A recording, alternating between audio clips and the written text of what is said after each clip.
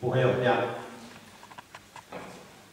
Kari Vidolan tosiaan, ja vaikka olen yhteiskuntatieteiden tohtori, olen työskennellyt kunnan sosiaalitoimistossa sosiaalisihteerinä ja olen todellakin tunnen suomalaisen köyhyyden, mitä se ihmisten arki ja perheiden arki on silloin, kun se on vaikeaa. Olen vastannut lastenvalvojan tehtävistä ja tiedän myöskin, että mitä lastensuojelu tänä päivänä ja mitä se merkitsee ja minkälaisia haasteita siellä on. Olen kotoisin maaseudulta ja tiedän myöskin maaseudun haasteet, ja minusta meillä on paljon tekemistä ja paljon uudistamista.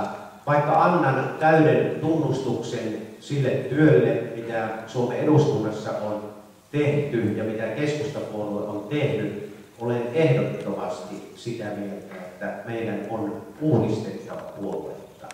Ei ainoastaan puolueen johtoa, joka jo tehtiin, vaan myöskin meidän kansanedustajakaartia. Meidän on todellakin pestävä tämä pyykki, mikä on nyt pestävänä, ja lähdettävä aivan uudesta alusta. Minä olen uusi ja tarjoan oman itseni keskustaliikkeen käyttöön ja olen lähtenyt tällä mielellä tähän kisaan. Petrattavaa on paljon kaiken aikaa, mutta toivon, että annatte sitä palautetta.